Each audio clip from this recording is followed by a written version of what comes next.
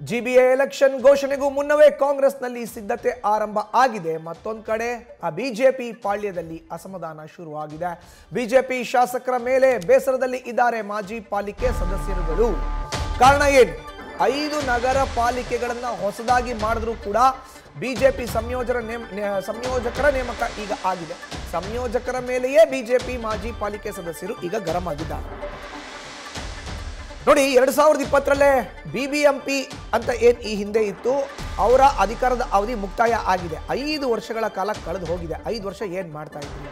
ಈಗ ಹೊಸ ನಗರ ಪಾಲಿಕೆಗಳು ಆಗಿದೆ, 5 ಆಗಿದೆ. ಈಗ ಬೆಂಗಳೂರಿನಲ್ಲಿ 198 ವಾರ್ಡ್ ಇತ್ತು, ಈಗ ಅದನ್ನ ಜಿಬಿಎ ಅಂತ ಮಾಡಿದ್ದಾರೆ, ಗ್ರೇಟರ್ ಬೆಂಗಳೂರು ಅಂತ ಮಾಡಿದ್ದಾರೆ. ನೀವು ಇವಾಗ ಸಂಯೋಜಕರನ್ನ ರೆಡಿ ಮಾಡ್ಕೊಂಡಿದ್ದೀರಿ. ವಾರ್ಡ್ ಸಂಘಟನೆ ಮಾಡಕ್ಕೆ ಮಾಜಿ ಪಾಲಿಕೆಯ ಸದಸ್ಯರು ನಿರಾಸಕ್ತಿಯನ್ನ ತೋರಿಸ್ತಾ ಇದ್ದಾರೆ. ಸಂಘಟನೆ ಮಾಡೋಕೆ ಮುಂದಾಗ್ತಾ ಇಲ್ಲ. ಅವರು ಸಂಯೋಜಕರ ಮೇಲೆಯೇ ಮಾಜಿ ಪಾಲಿಕೆ ಸದಸ್ಯರು ಅಸಮಾಧಾನವನ್ನ ಹೊರಹಾಕ್ತಾ ಇದ್ದಾರೆ. ಹೆಚ್ಚಿನ ಮಾಹಿತಿ ನೀಡ್ತಾರೆ ನಮ್ಮ ಪ್ರತಿನಿಧಿ ಗಣಪತಿ. ಈಗ ನ್ಯೂಸ್ ರೂಮ್ನಿಂದ ನೇರ ಸಂಪರ್ಕಕ್ಕೆ ಜಾಯ್ನ್ ಆಗಿದ್ದಾರೆ. ಗಣಪತಿ, ನೋಡಿ, ಈಗ ಬಿಜೆಪಿ ಪಾಲಿಕೆಯ ಚುನಾವಣೆಗೆ ಸಜ್ಜಾಗ್ತಾ ಇದೆ. ಕಾಂಗ್ರೆಸ್ ಆಲ್ರೆಡಿ ಸಜ್ಜ್ ಆಗ್ತಾ ಇದೆ ಡಿ.ಕೆ. ಶಿವಕುಮಾರ್ ಅವರ ನೇತೃತ್ವದಲ್ಲಿ. ಆದರೆ ಸಂಯೋಜಕರನ್ನ ರೆಡಿ ಮಾಡಿಕೊಂಡ್ರು ಮಾಜಿ ಪಾಲಿಕೆಯ ಸದಸ್ಯರ ಅಸಮಾಧಾನ. ಏಕೆ?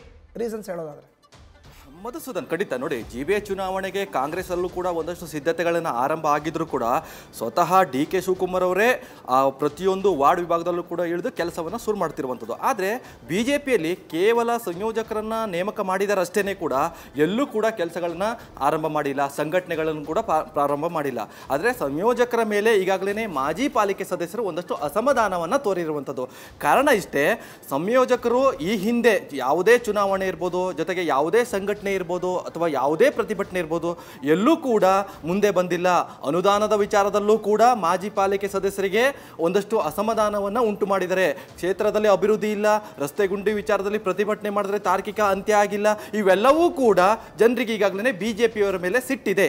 ಈ ಸಂದರ್ಭದಲ್ಲಿ ಅದರಲ್ಲೂ ಕೂಡ ಆತುರವಾಗಿ ಜಿಬಿಎ ಚುನಾವಣೆ ಬರ್ತಾ ಇರುವಂತಹ ಹಿನ್ನೆಲೆಯಲ್ಲಿ ನೇರವಾಗಿ ಕ್ಷೇತ್ರದಲ್ಲಿ ಸಂಘಟನೆ ಮಾಡಿ ಅಂತಂದ್ರೆ ನಾವು ಹೇಗೆ ಮಾಡಬೇಕು ಅಂತ ನೇರವಾಗಿ ರಾಜ್ಯ ಬಿಜೆಪಿ ನಾಯಕರಿಗೆ ಒಂದಷ್ಟು ಪ್ರಶ್ನೆಯನ್ನ ಹಾಕ್ತಿರುವಂಥದ್ದು. ವಿಜೇಂದ್ರ, ಆರ್ ಅಶೋಕ್, ಸದಾನಂದ ಗೌಡರು, ಮಾಜಿ ಸಚಿವರಾದಂತಹ ಸುರೇಶ್ ಕುಮಾರ್ ಅವರು ಇರ್ಬೋದು, ಶೋಭಾ ಕರಂದ್ಲಾಜೆ ಇರ್ಬೋದು, ಸಾಕಷ್ಟು ನಾಯಕರು ಈಗಾಗಲೇ ಸಂಯೋಜಕರ ತಂಡದಲ್ಲಿ ಗುರುಸ್ಕೊಂಡಿದ್ದಾರೆ, ಅವರನ್ನ ನೇಮಕ ಮಾಡಿದ್ದಾರೆ.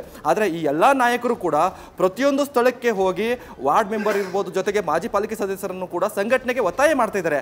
ಆದರೆ ಸಂಘಟನೆ ಮಾಡಲಿಕ್ಕೆ ಈಗಾಗಲೇ ಮಾಜಿ ಪಾಲಿಕೆ ಸದಸ್ಯರು ಒಂದಷ್ಟು ಅಸಮಾಧಾನವನ್ನು ವ್ಯಕ್ತಪಡಿಸಿರುವಂಥದ್ದು.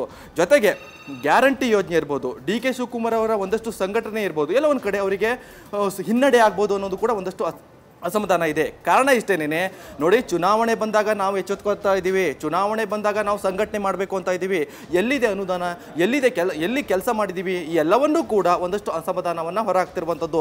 ನೋಡಿ, ಸರ್ಕಾರ ಇದ್ದಾಗ, ಬಿಜೆಪಿ ಸರ್ಕಾರ ಇದ್ದಾಗ ನಾವೆಲ್ಲರೂ ಕೂಡ ಒಂದಷ್ಟು ಅನುದಾನಕ್ಕೆ ಮೊರೆ ಇಟ್ಟಿದ್ವಿ, ಆದರೂ ಕೂಡ ಅವರು ನಮಗೆ ಅನುದಾನ ಕೊಟ್ಟಿರಲಿಲ್ಲ. ಎಲ್ಲೊಂದು ಕಡೆ ಕಾರ್ಯಕರ್ತರ ಮಾದರಿಯಲ್ಲೇ ನಮ್ಮನ್ನು ಕೂಡ ದೂರ ಇಟ್ಟಿದ್ದೀರಿ ಅಂತ ಒಂದಷ್ಟು ಅಸಮಾಧಾನವನ್ನು ಈಗಾಗಲೇ ರಾಜ್ಯ ಬಿಜೆಪಿ ನಾಯಕರಿಗೆ ಒಂದಷ್ಟು ಅಸಮಾಧಾನವನ್ನು ತೋರ್ಪಡಿಸ್ತಾ ಇರುವಂಥದ್ದು. ಮಧುಸೂದನ್, ಧನ್ಯವಾದ ಗಣಪತಿ ನಿಮ್ಮ ಮಾಹಿತಿಗೆ.